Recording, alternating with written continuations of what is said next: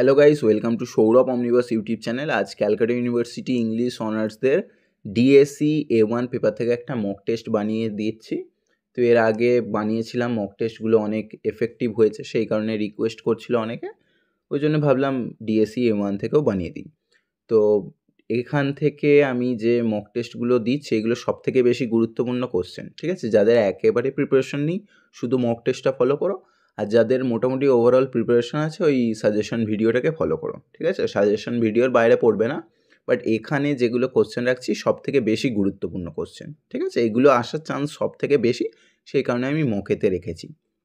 যাই হোক, দেখো এখানে সর্বপ্রথম আমাদের যে শর্ট স্টোরি আছে, শর্ট স্টোরি থেকে দিয়েছি।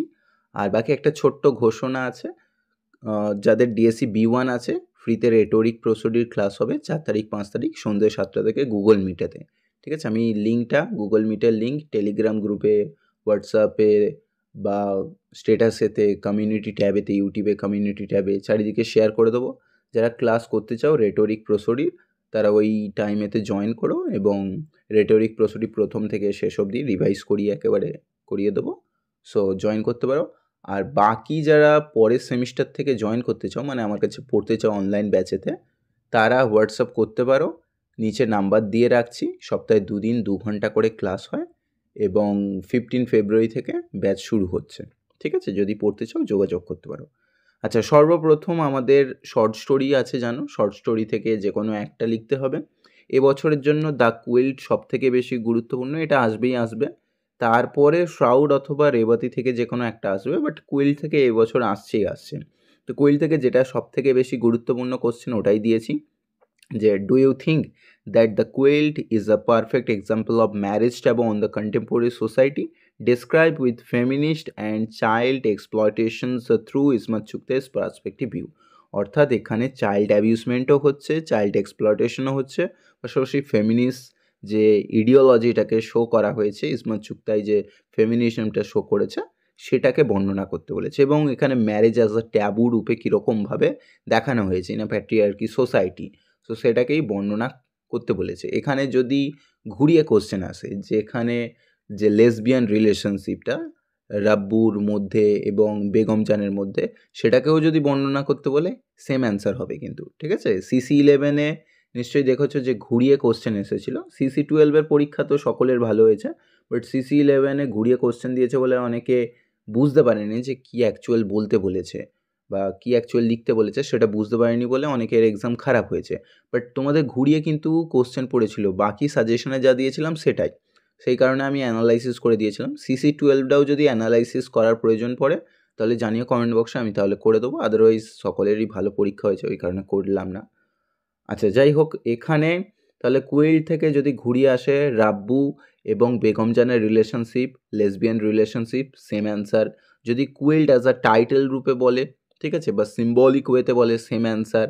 কুইল্টের মধ্যে যে ম্যারেজ ট্যাবুটাকে দেখানো হয়েছে, ফেমিনিস্ট ইডিওলজি, চাইল্ড এক্সপ্লয়টেশন দেখানো হয়েছে, সেম অ্যান্সার হবে, ঠিক আছে? আচ্ছা, তারপরে 2-এর দিয়েছি, দেখো শ্রাউড, শ্রাউড অথবা রেবাতি যে কোনো একটা আসবে। তো শ্রাউডটাকে আমি রেখেছি প্রেফারেন্সেতে।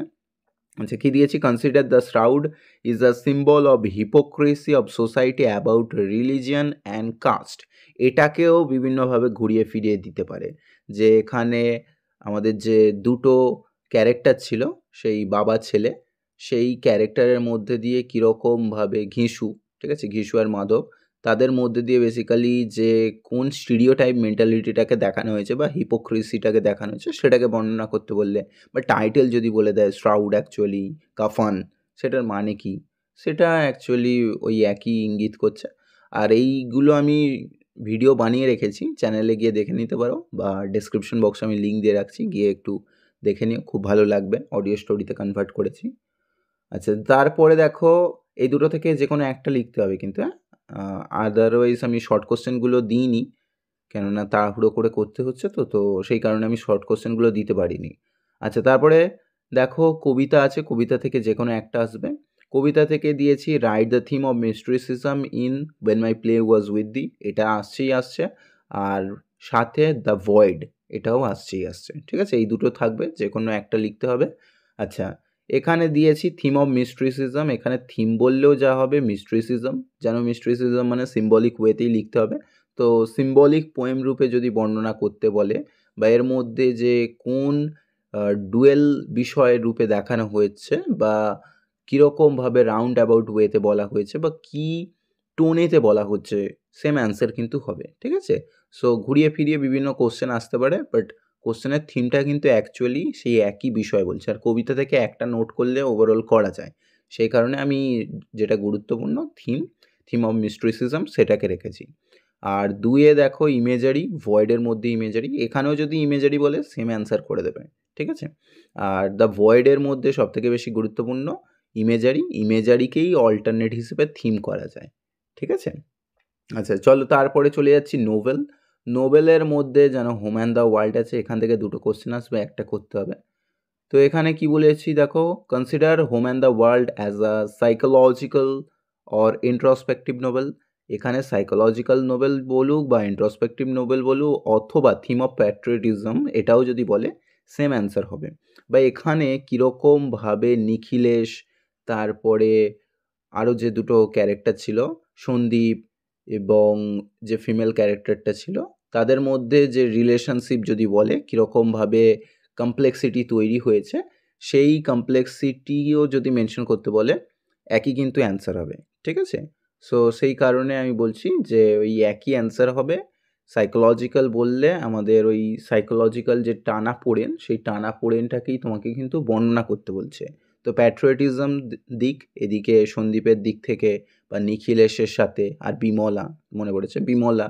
সো বিমলার সাথে নিখিলেশের যে সম্পর্ক, তার মাঝে যে মিডলম্যান রূপে আমাদের সন্দীপ এন্ট্রি করছে, সেই বিষয়টাকে বলতে বললেও কিন্তু এই একই সাইকোলজিক্যাল যে বিষয়টা আসছে, লাভ ট্রায়াঙ্গেল তৈরি হচ্ছে, সেটাকে বর্ণনা করতে বলেছে।